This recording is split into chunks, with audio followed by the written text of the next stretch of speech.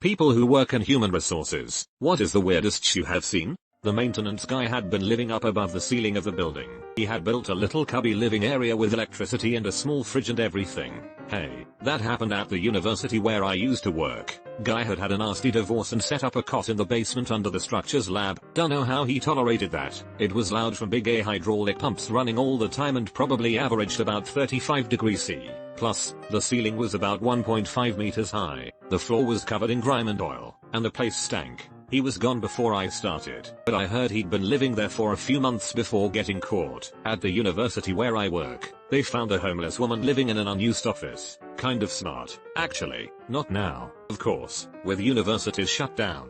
But generally universities are safe places, well patrolled, with clean restrooms and students dropping change and abandoning uneaten food. During normal times, there's always a bake sale or hot dog sale going on. Almost every day there's an organization offering free pizza if you go listen to their talk about HPV, careers, Jesus, or trends in the energy sector. If you get bored, there are free concerts and talks, and no one will notice you in a crowded lecture hall, or you can just go read books or magazines in the library. Keep yourself clean and tidy, and you can be homeless a long time at a university. I used to work in HR at a large corporation. There was a big HR back office team doing a lot of processing and data entry, including employees' bank info for their salary. It just so happened that on the same day 2 employees with the same name started, and a huge cluster ensued.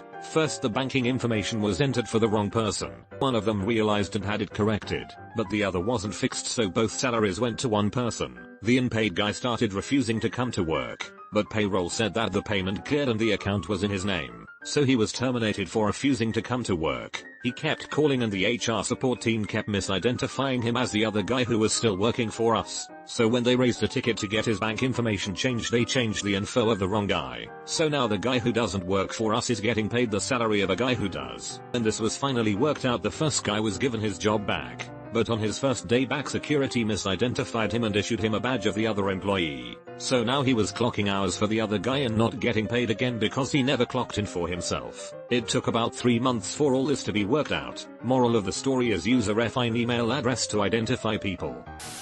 I once had a temp job in HR. I was scanning lots of old personnel files, and the one perk of the job was reading old complaints against people. The best one I came across was a mediation caused by one member of staff accusing another of witchcraft. Guy came into the interview in sweat pants and a hoodie, and said he didn't need the job because of how much money he was making illegally, but he wanted to have a job so the IRS didn't get suspicious. Weirdest part is I don't live in America. I very much doubt the IRS cares about Canadian tax returns. Years ago I worked HR for a retail store. A manager would always clock out on time, however the alarm wouldn't be set until about 30-45 minutes after he clocked out. Since we had a lot of trouble with internal theft, we assumed he was stealing. Loss prevention approved the installation of cameras across all stores, but we were told not to talk about it to see if we could catch any internal theft. The way the ceiling was set up, the cameras weren't too obvious, but if you knew what to look for it was quite noticeable. Anyway, turned out this dude was banging a co-worker who was 16. He was 25, expecting his first child with his wife. I didn't see the footage, but our regional manager of loss prevention didn't had to turn it over to the police. The real kicker is the girl's dad was a captain on said police force. I used to work at a staffing agency that placed people at manufacturing positions. Everyone had to be drug tested at the office as part of the orientation. If the pickup came back as inconclusive, we'd send the potential hire to a medical lab. They would take another drug test and the lab could determine if the person was on a prescription or using illegal drugs, and therefore, not eligible for hire. So one guy failed his drug test at the lab. He came back to the office claiming that it wasn't his fault. He explained that he was riding in a car and he stuck his head over the window. Then, when the car passed under a bridge, someone threw a bunch of coke off the bridge. It hit him in the face, and he accidentally inhaled it. I hate it when that happens. Had to delete someone from the system following them being murdered. Was a bad day. I had to do that for a work colleague that died in his sleep. I'd spoken to him less than 2 hours before he died. It's a weird feeling. And a guy who worked the overnight shift, because he was doing support for our Asia Europe regions, got written up for improper use of company systems. He had dozens if not hundreds of Google image searches related to foot fetish stuff, like insert celebrity hair feet along with other random stuff like cute toes, etc. Like dude, you're in it, you know this stuff is tracked and that your boss could easily monitor it. One of the candidates I was interviewing via Skype answered the phone while in his boxers and a tank top, then stood up to grab his blazer that was probably about 3 feet away. I had to see him in his stretched out boxers. Had a porn site up and open during a shared screen trial to see how well he can use the digital classroom. I had to remind him I can see his screen. He goes, "Oh yeah, sorry." Next, instead of just closing it from the corner of his partially hidden window, he clicks open the window in full view, then closes it. That was nice. I was a recruiter, and you would be shocked to see what some people actually have as their personal email. Most people have come around to using just their name, but then every once in a while you'll have to verify that brown glitter 69 is in fact how they would like to be contacted.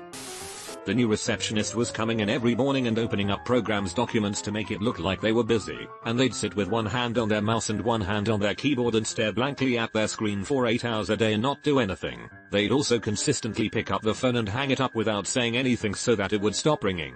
I sat in on their termination, and the employees started screaming at the manager about how they were doing an amazing job, and they had to give them another chance. I was 100% confident that they were just trying to get some easy money and wouldn't be surprised that they were finally getting fired. The whole thing was just bizarre. The family of the guy who passed away came to speak to us. It was in a factory environment. To get pension docs etc. We sent them away with a to-do list. 1 hour later reception pinged us saying Mr. X's family was here. Strange. The documents take a few days to get. Nope. New family. Yup. The guy had 2 different families who were about to have a fun surprise. Well, because both of them were nominated beneficiaries of his will, we had to call both of them in.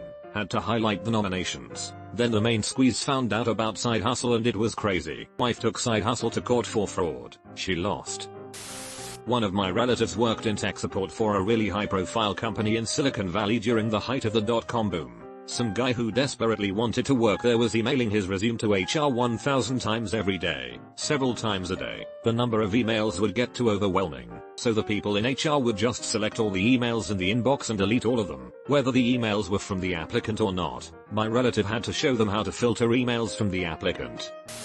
I work HR for a call center. Entire company has around 500 employees. Maybe 250 of them are in the call center. Entry-level work. Tiny bit more than minimum wage. A girl started her first week doing really well and then week 2 got really weird. She walked into the CEO's office, on another floor in the building, while he was meeting with someone, to demand that he buy her a dog because she thought having a companion would improve her work performance. That was the entirety of her rationale. I knew many people like this in college. I ran in pretty weird circles, so I met a lot of real characters. Usually they had undiagnosed or untreated mental health issues and were very sheltered by their parents. No sense of normal social boundaries and a heaping dose of entitlement. This is the kind of stuff they would do at jobs and school.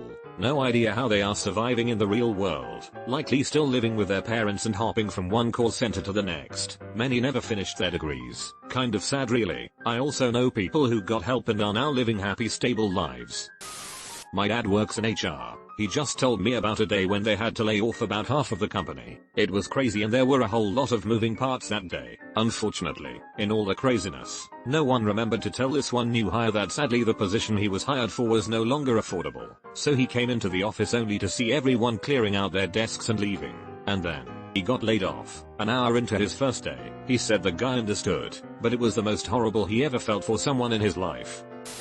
Caught a site manager with like 50 plus pairs of panties hidden all over his office in Ziploc bags, a multitude of sex toys, and over 100k in cash stuffed in ceiling tiles. Took a while to unravel all of that. Female GM banging 3 co-workers at the same time. Fight broke out once everyone found out about it.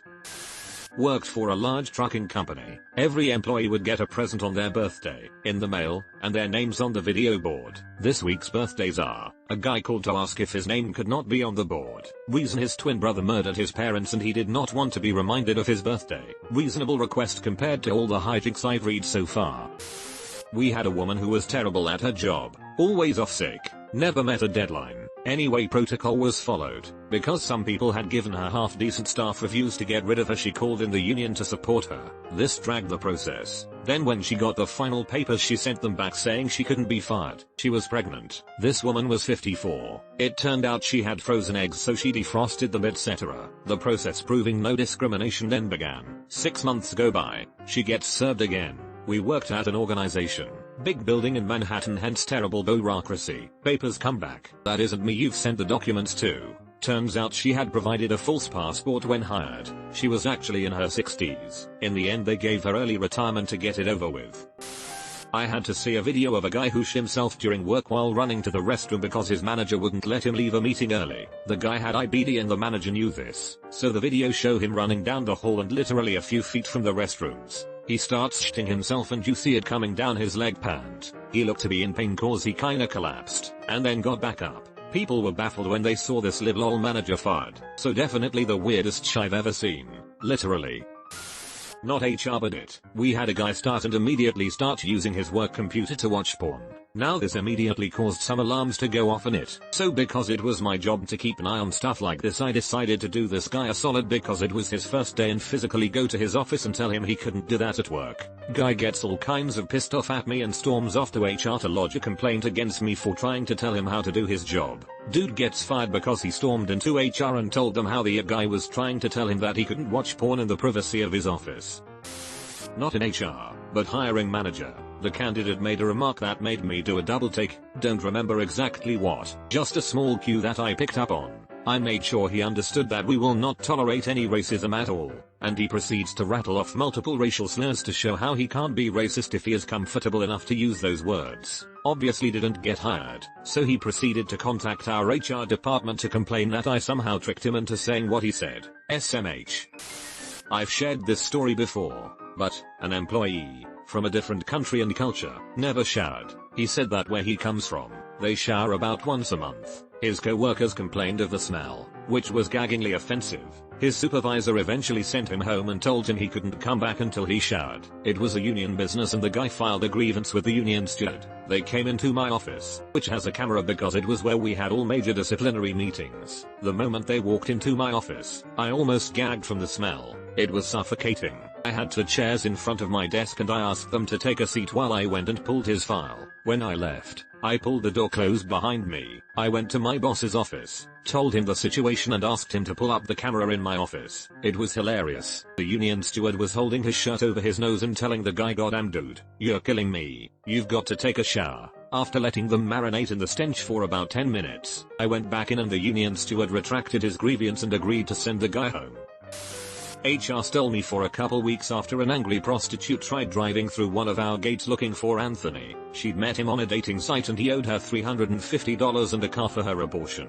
We didn't have an Anthony working there, but many of the other details she gave the police in her statement led the company to believe she wasn't totally delusional. HR picked on me because my last job, before becoming management, was it. I spent 2 days walking around to every PC at my location, updating proxy settings, telling my coworkers that I'd figured out how to make email faster. I felt like an idiot, but it worked. The next 12 days I watched a squid proxy. I nailed Anthony on day 1, but HR kept me at it. The company had a guy looking for pictures of animal faces on plates. He claimed it was for a college art project, but the man was over 60 and not having the company pay for any courses. Mixed breed terrier on Corel saucer, one of the images he looked at, officially counts as the weirdest shit I've ever seen.